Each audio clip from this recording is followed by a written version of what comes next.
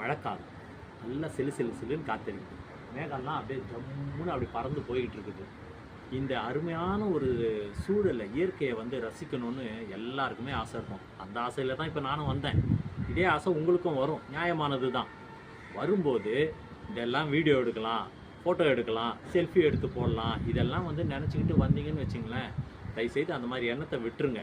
அதே மாதிரி இன்னொன்று சொல்ல வரேன், பார்க்கிங் ஏரியாவில் உட்காந்துருக்கிறது, சேர் போட்டுக்கிட்டு உட்காந்துது, வெராண்டாவில் உட்காந்துக்கிறது, அப்புறம் இந்த ஜன்னல் ஓரம் நின்றுக்கிட்டு இருக்குது, ஃபோனை வச்சுக்கிட்டு இந்த மாதிரி வேலைலாம் நம்ம பண்ணிகிட்டு இருந்தோம்னு வச்சிங்களேன், எல்லாத்துக்கும் ஒரு மிகப்பெரிய ஆபத்து ஒன்று நமக்கு காத்திருக்குது.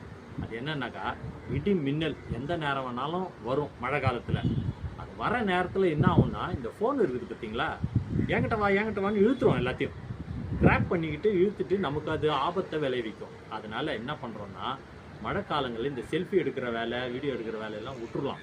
சரிங்களா? நமக்கு டேஞ்சர் அது. ரசித்து பாருங்கள். கண்கள் அழகான இயற்கை காட்சிகள் எல்லாம் ரசிக்கிறதுக்கு தான் இருக்குது. நல்லா ரசிங்க, பாதுகாப்பாக இருக்கணும்னு தோணுச்சு, சொல்லிட்டேன்.